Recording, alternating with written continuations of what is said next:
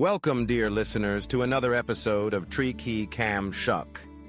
Thank you for joining me today, and a heartfelt appreciation goes out to the entire team who made this program possible. Sometimes, life brings us unexpected encounters that change not only our plans, but also our perspective on what truly matters. Today's episode was originally meant to be about something else. However, after a meaningful conversation with an old friend, I felt compelled to share this story with you, a story about despair, hope, and the quiet strength that comes from remembering joy. It all began quite suddenly. Not long ago, I ran into a friend I hadn't seen in a while. From a distance, I hardly recognized him. There was something about his posture, the way he moved, that signaled deep exhaustion. As we drew closer, I saw the unmistakable signs of someone burdened by much more than a restless night. His face was gaunt, his eyes ringed in shadow, and his steps seemed heavy, as if each one required conscious effort. When he noticed me, his attempt at a smile was weak, almost apologetic. The meeting was unexpected, for both of us. We found a quiet corner in a nearby cafe. The air was filled with the scent of freshly brewed coffee, but my friend seemed oblivious to it all. Instead, he sat down heavily, his hands fidgeting with a spoon, eyes darting toward the floor as if searching for answers that had slipped away. I asked if he'd like something warm to drink, hoping a cup of tea or coffee might bring some comfort. He nodded, and as the steam curled into the air between us, I gently asked how he was doing. What followed was half an hour of quiet listening. My friend spoke in bursts and pauses, his voice sometimes trembling, sometimes flat and distant.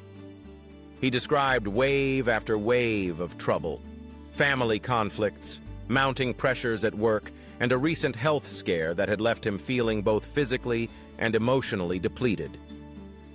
"It's like my brain is frozen," he said, "like a computer stuck on a loading screen, but the problem just won't go away." His eyes were red, but no tears fell. Instead, there was a kind of numbness, a resignation that worried me more than any outburst could have. I listened. Sometimes, that's all a person needs, the space to pour out their troubles and know someone is hearing them, even if there are no immediate solutions. It was clear to me that my friend's problems were significant, tangled, and not the kind that could be solved in a single conversation. There were no magic words to sweep away the pain or fix what was broken. But as I listened, I remembered something I once read, that when we are at our lowest, our minds tend to fixate on what's wrong, amplifying the pain until it blocks out everything else.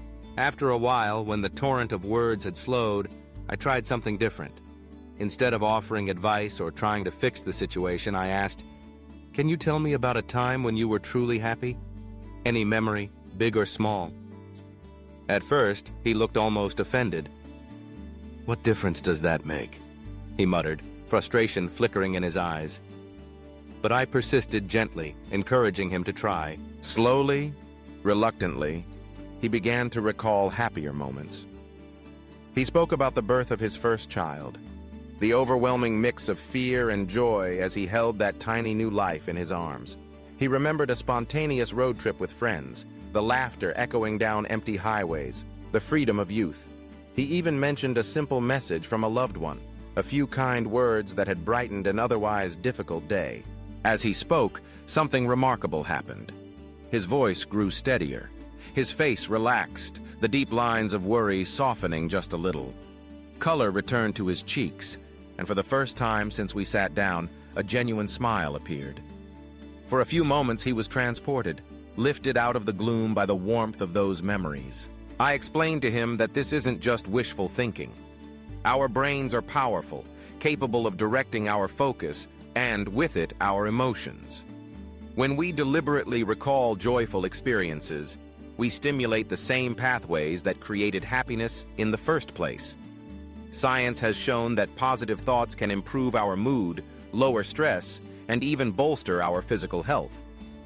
There's truth in the old saying, "A smile is worth 10 doses of medicine." This isn't about denying reality or avoiding responsibility. It's about choosing, even briefly, to give ourselves a break from the relentless focus on what's wrong. It's like how athletes visualize a perfect shot or a flawless performance. By imagining success, they prime their minds and bodies for real achievement. In the same way, by recalling happiness, we prepare ourselves to face challenges with renewed energy.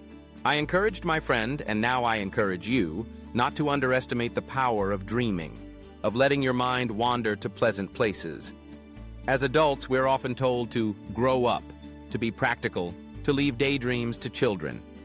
But think of how naturally children lose themselves in imaginary worlds, how easily they find joy in simple things. We can learn from them. Allow yourself, from time to time, to indulge in beautiful thoughts, fond memories, and hopeful dreams. It's not about escaping, but about nourishing hope and finding motivation to keep going. Of course, this isn't a one-time fix. Like any skill, the practice of thinking positively, of choosing to remember joy, takes time and persistence, especially when life is difficult. But the more we do it, the easier it becomes to find light, even on the darkest days. After our conversation, my friend seemed lighter.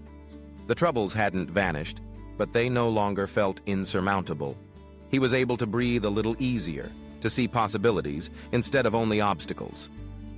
I felt a quiet pride, not because I had solved his problems, but because I had shown him a way to practice happiness, to actively cultivate it, even in hardship. To anyone listening who feels overwhelmed or weary, I hope you'll try this method. When things seem bleak, pause and remember a time you were happy, a moment that made you smile.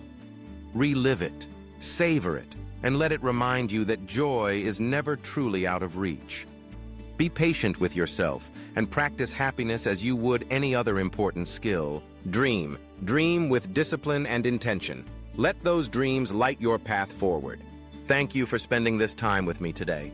Wishing you resilience, hope, and many moments of happiness ahead. Until next time, take care, and don't forget to keep dreaming.